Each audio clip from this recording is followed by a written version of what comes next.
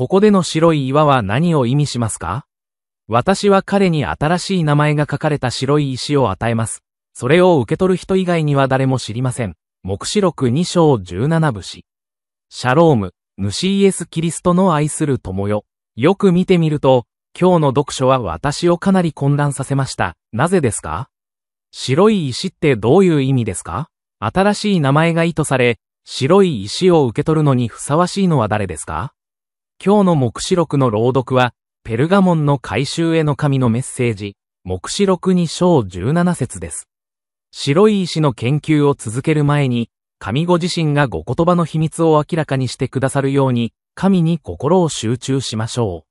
聖霊の力によって、私は、インターネットソリューション、インソルのクリスチャンス・ハルト氏を、時代を超えた美しい家族、ケシア、バハテラカ氏に同行し、次の称賛を伝えるために招待します。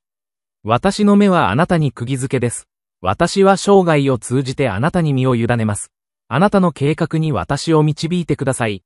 あなたの王国を拡大するために、お父様、私はあなたのお心に従いたいと思います。私はいつもあなたを喜ばせたいと思っています。古代の法廷では、被告に判決が下されると、被告には自分の名前が入った黒い石が贈られました。懲罰から解放されると白い石が与えられる。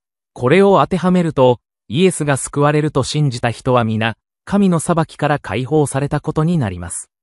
もし自分の罪が許されたと知ったら、どんなに救われることでしょう。白い石に関する別の説明は、おそらく古代オリンピックに由来すると考えられています。スポーツ選手が試合に勝つと、名誉の印である白い石が与えられます。白石に関するこの二つのことは何を意味するのでしょうか？私たちキリストに従う者にとって、キリストにある人生の驚くべきバランスがどれほど重要であるか。確かに、私たちはイエスへの信仰を通して恵みによってのみ救われます。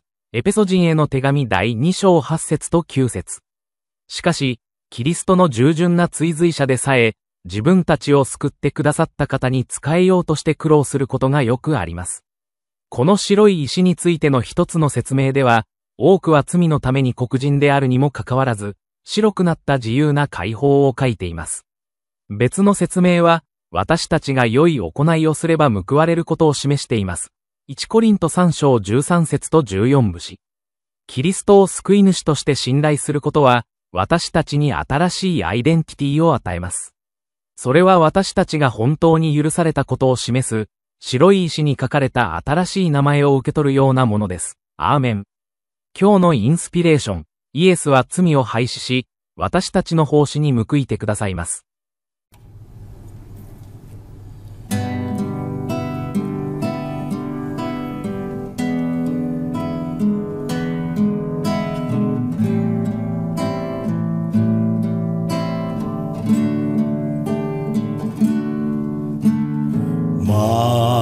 Mataku tertuju padamu,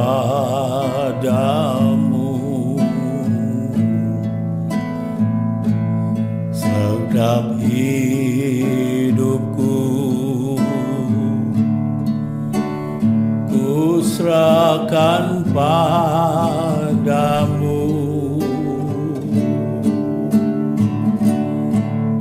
Bimbing aku masuk rencanamu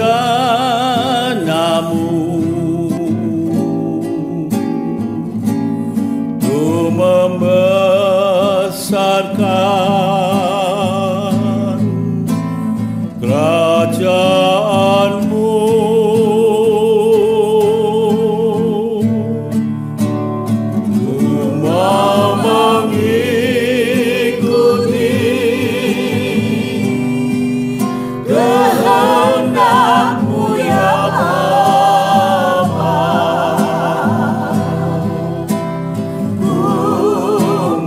Selalu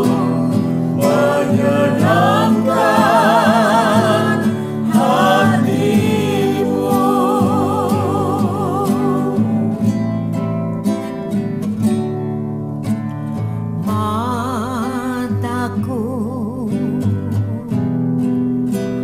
tertuju padamu.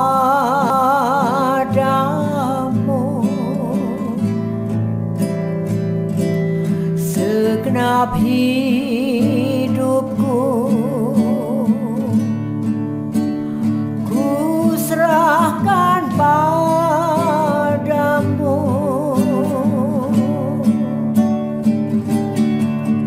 Bimbing aku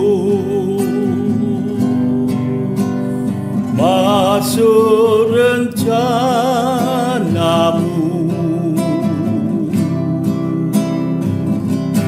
untuk